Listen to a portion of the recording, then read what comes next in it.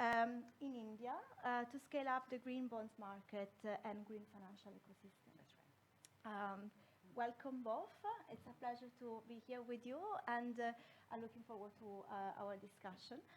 So the focus of our panel looks at examining the potential of women energy entrepreneurs and why in the green energy space, why it remains underutilized, and what are the opportunities instead to bring it live and to make sure that women play a center stage in pushing forward the energy transition toward more renewable and more green energy. So perhaps let's start with a question to Eshat. What do you think are women-led enterprises that deserve to be brought more on the spotlight? Some experiences from your own work, and what do you think they can bring to the fore differently from other types of enterprises, perhaps led by men or in different contexts? Sure. So women-led enterprises in the clean energy space, it's very limited. But at SoulShare, the company that I work at, our senior leadership, 43% is female. And this is above global average, this is above the Asia Pacific average, which is hovering at 28, 29%. Having women, and actually women who are coming from very diverse backgrounds, be it educational training, work experience, or where they're from itself, does bring a very unique perspective in the way we approach the last mile energy distribution problem. For us, we don't see it as just simply an energy access issue. We see it more as transforming the entire ecosystem.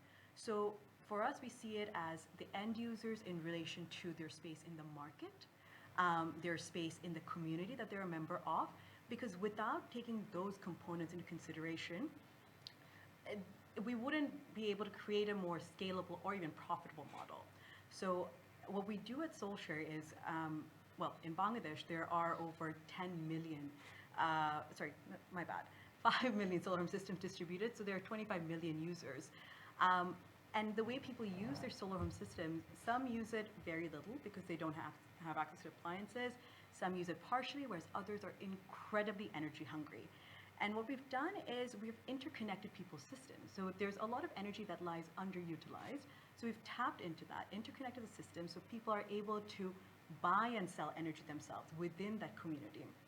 And when you're able to take energy access or energy distribution to the local community, what you see are a plethora of social and economic multiplier effects. Bazaars are staying open longer. Women are able to move in the evening. Women are even coming online because we provide, or we're experimenting with internet as a service in these absolute remote off-grid areas. And parallelly, we see new businesses popping up in these areas. So for us, just having this diverse perspective, we all see energy as a catalyst for bringing up these ecosystem transformation that's required. That's great, very interesting to hear. Mm-hmm. Thank you. Nea, can I ask you maybe to also make a few reflections on this issue, and why do you think what women-led enterprises or women in enterprises in the clean energy space can bring to the fore differently from other types of enterprises? Yeah. So first of all, I think that we're having this discussion is good. So I congratulate the organizers. Second, that this discussion is a short one is not so good. So this is, and I say this specifically in the context of the transition. When we talk about green transition, we cannot not talk about how just it is going to be. I mean, simply having an environmental transformation is not enough. In fact, it cannot be brought about without all the participants in that dialogue really participating in the transition. So that is one thing. And second, we tend to always focus on the energy side of it. And we tend to, the focus has been more on the mitigation side of things when we talk about green transition. Mm-hmm. But I do wish to emphasize that just as energy is important for the transition, so is agriculture. And so is soil. I mean, it traps the carbon dioxide. And in relation in that context, I think women, become an extremely important role player. So I would focus, she's talked about energy. Let me just focus a little bit upon agriculture also. In the context of the subcontinent, it is extremely important. Like, for example, in India, about 80% of women engaged in any economic activity are actually engaged in agriculture. And agriculture takes the first impact of climate change. It also contributes to, climate change. And I would imagine that the situation would be perhaps similar even in Bangladesh. So, and then second thing that you pointed out, Ashrat, that you are looking at access question, but in a broader sense, and that really is the key to transition, I feel. Access empowers. Mm-hmm. So when we are talking about engendering green transition, I think even if you were to keep gender aspect aside, just transition would be about access, And when we come to women led enterprises or women's role in this, I would say that very limited. Women-led enterprises are very limited in number. Their participation in the clean tech sector or agriculture sector would require a whole lot of, rather innovative steps in terms of access to finance, in terms of policies, in terms of a whole lot of things. I think we'll talk about that a little bit later. But simply tweaking the system, simply saying that we have included gender is not going to absolutely do anything to the transition or to the cause itself. Yeah, absolutely agree. And if I can add to what you're saying here, it's not. It's also not just about gender. There are many other factors that need to be taken into account, and other types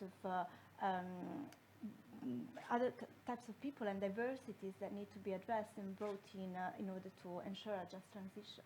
So let me get back to Ashrat, perhaps. Yes. Building on what you just said in terms of bringing women in, not just as a tick box, but really like ensuring that women play a role in just transition. And another very important point, it's not just about energy, but it's about other sectors as well that need to be considered. So Ashrat, perhaps based on your experience, what do you think are the biggest challenges in terms of making sure that women play a role and making sure that this transition happens in a way that addresses the diverse needs on the ground? So there are two components here. One is being able to access the market itself, and then also the services that are, and the second one being the community, the services that are being provided within the community that would grow the next generation. So if we go back to the market, the areas we operate in are called chores. So these are river islands. And these are absolutely remote areas with no access to electricity. Most people are using solar home systems, but a large majority don't even have that. So when we go into those spaces, we've built our peer-to-peer trading platform, we've interconnected them, people have access to energy. But what happens next? You want to be able to enter the market, right? You want to be able to start your own business. But when you're thinking about that, we want the transition to be a green transition. But there are some market challenges. The most important being is we have more AC appliances than DC appliances.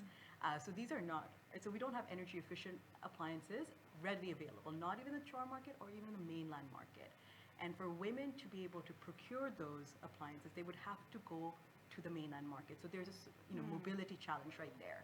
Secondly, if they're able to go there, what about negotiating the prices, knowing the prices, or knowing which one makes a business sense for them? Should they go for the energy efficient appliance, which is more expensive but will end up costing them less over time, or the cheaper AC appliance, which will cost them a lot in operating expenses?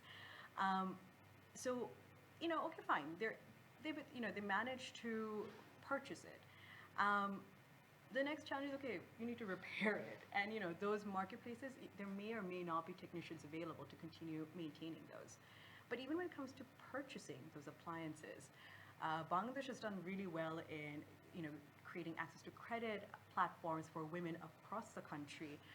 But what we see as a challenge is that women are able to tap into those loan products, but the person who ends up using the loan is generally their husbands. So now you have a situation where the woman is liable for that loan product. They're not using those appliances, they're not growing those businesses themselves because the financial package is not coming with a skills component, right? And if you think about skills, that becomes another challenge in those marketplaces. Because are you going to do institutional training there? Do you expect these women to go to an institution? How? There's the mobility challenge, there is the financing challenge, or you can think of apprenticeship-based training. So you're taking the training to their doorsteps. But then if you're in a chore market with limited market opportunities, who will they train under, right?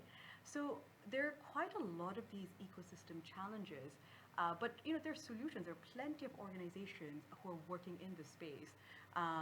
There's Gramin Shakti, there is BRAC. So a lot of these development organizations are partners for us because we can't do it by ourselves. So these guys have been there for years and they've kind of mastered the design aspect of it. So bringing them on board to essentially help us build on the market development aspect. And then the second component I was talking about, community, right?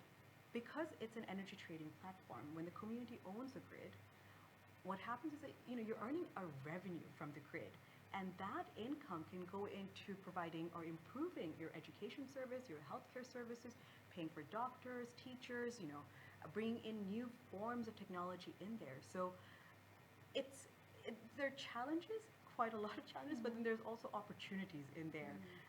And so for us, the way we see it, we're coming in as a catalyst, but we need plenty of other partners to essentially work together to overcome these gender-specific challenges. Maybe I could add to that also. I mean, so what you mentioned, I see that there are challenges which are societal challenges themselves. I mean, there is a bias against women. There is all kinds of impediments that they face, just socially, traditionally. So that bit has to change, and I think it will change because the future that is going to come about, it is going to be non-status quoist, definitely, if you're thinking of a future which is environmentally conscious and inclusive. So just by very definition, there will be forces at play which will challenge the status quo. And I think what we are facing right now is these simultaneous churns which are happening. So there is a climate churn which is happening. Then there is also a social churn, and women wanting to be participate in that churn is also happening. So that is one thing, and it is, we talk about data and science and, informing our policies because of that. So let me just throw in a number I was just reading yesterday, that there are a couple of indexes on female entrepreneurship. And I came across two figures. India stands in a female entrepreneurship index, which was done in 2015, at 70th out of 77 countries. MasterCard did it in 2018. It stands at 50th out of 57 countries. So what we are seeing is absolutely no transition in that sense. You might argue about that it is a short period of time and things don't change so quickly, but what we are seeing is a certain lack or the enormity of challenge that we are facing, that even within countries which are trying to do, India is at the forefront of renewable energy revolution. But when we talk about access, when we talk about really that energy changing the lives and those people participating in this, then we have a problem. But at the same time, for example, take Rooftop Solar. There was another study done by IEA very recently with another organization, Council of Environment, Energy and Water in India, which said that Rooftop Solar, for example, has a enormous opportunity for women to participate. But in the value chain itself, wherever there is more travel, where there is more mobility, women do not seem to be able to participate in that. So they are more in the design phase and the pre-construction phase, but not in the O&M phase of this value chain. So when we talk about, you know, switching over to renewable energy, we talk about big investments in utility scale, which are important, definitely. But they are not creating as many jobs, by the way. The jobs are getting created in decentralized renewable energy systems, in what you're trying to do when we're really democratizing that, you know, at the ground level. And for that, we don't have structures. We don't have financial structures and mechanisms that work. So finance flows into the artery but doesn't get into the capillaries. And that is what is actually impeding the transition at a very fundamental level. So access to finance. Oh, one more factoid I have to give you. You know how many women-led firms, what is the kind of investor interest in them? They only get about 2.2% of investments from the investor community. These are women-led, and this is a figure of the US, and it is not very different for the developing countries. Outside of clean energy space in general. In you think, general. yeah. So no, this is also clean tech, okay? So in general, in any case, there is less of an investment flow into women-led organizations, despite, you know, those organizations, those firms performing rather better when they are completely founded by a team of women, as opposed to a completely male-founded organization. So you have these very, very stark fundamental problems as to the flow of finance into women-led organizations. Yeah, that's very interesting. And perhaps, I mean, you both touched upon some of the challenges, but also already some of the changes that are happening, although admittedly a bit too slow. But maybe just to conclude a round of thoughts from both of you, perhaps starting with Nea. So what's next? What do you think is needed in terms of moving forward?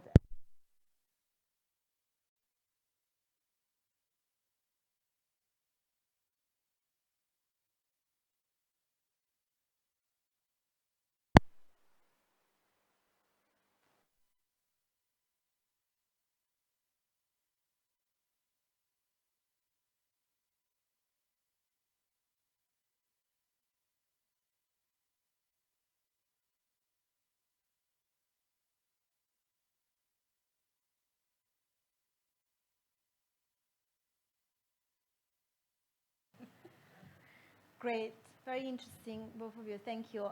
Maybe just to conclude, a round of thoughts from both of you in terms of what's next. So you've both highlighted some pretty serious challenges, but also some areas where things are starting moving, although admittedly a bit too slow.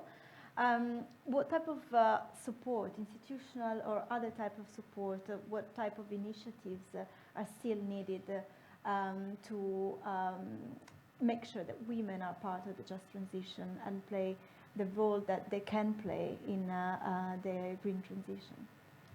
So as you were asking this question, Beatrice, one word that came to my mind was disruption. And it came to my mind because of the disruption that we just had in power, but now we are back. But let me just, I suddenly have too many words with D's, but I have to throw them in, you know.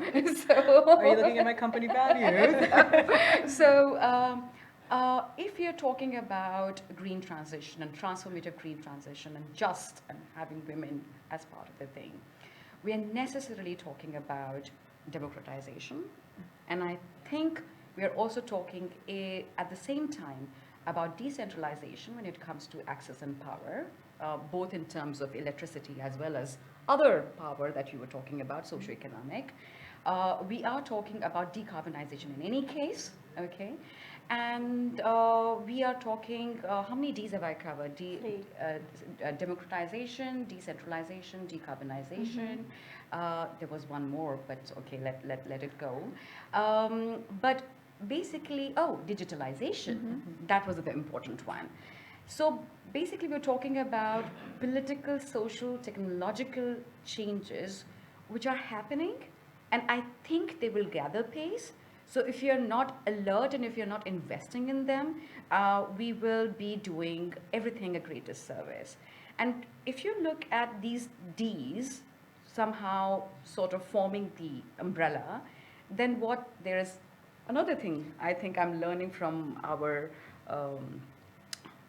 okay, let's keep that thought aside. Another thing is that how does this impact finance? Then the second thing you asked, that what is happening, what needs to happen more, I think it is innovation, and I will just give you example. And third is, I think, networks that will be required, and they exist, but they need to be strengthened. These are women networks. We have women network coming up in India in clean tech and energy space. So when I talk about finance, I think the fintech space is causing a lot of interesting disruption on the ground level, where your traditional financing channels are beginning to get bypassed when there is a peer-to-peer transaction, and not only transaction, in fact lending. So now suddenly the regulation also has to set up and see that what is happening. So financial technology in green space, a small farmer needs that money for some of its needs immediately, doesn't have the access of a bank, and then that green fintech or technology really helps them get that money. So what I'm saying is that sort of decentralization of finance with the help of technology is happening, and is going to happen at a very, very fast rate. So we all have to sort of make use of that opportunity and have enabling regulation around that. So that is one thing. And second is innovation and policy or institutional support you talked about.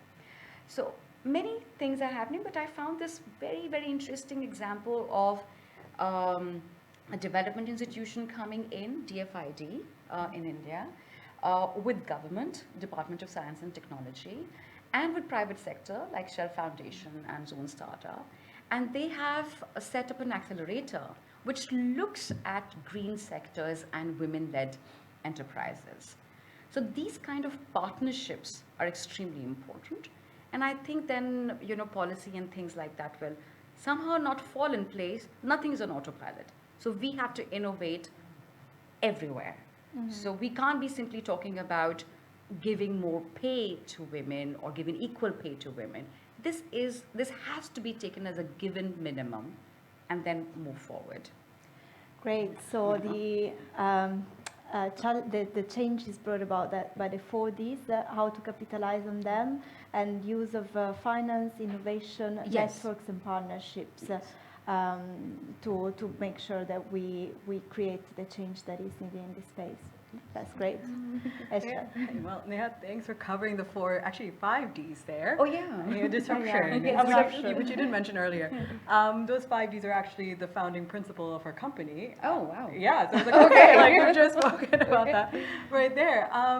So I'm definitely not going to go into that. But I think for us, there are, 2 things coming up. I think given that we operate in off-grid markets, we are expected to, operate with a market approach, and we are competing with grid legacy, where there's a lot of financial support that comes in, and the kind of areas that we operate in, this is the last mile of electricity distribution. So definitely a lot of innovative financing would be required to really scale it up. And it's a conversation that we need to start having more now. And then secondly, I think for us as the way we operate the peer-to-peer technology, another way of calling it swarm electrification, where you might have a grid here, you can have multiple grids, and you interconnect them, and you're able to essentially supply energy across. But the final step of swarm electrification is being able to connect into the grid itself, so that the goal that we have of going 100% renewable, people themselves, citizens of this country, can actually take a role in that they themselves supply the clean energy that's required for us to achieve that 100% renewable goal. great. Very interesting insights and a lot of ideas and a lot of energy that, sorry, pun intended, a lot of energy that goes into these challenges, and it's great to see some thinkers and practitioners in this field that really address these challenges and move the conversation and the action forward.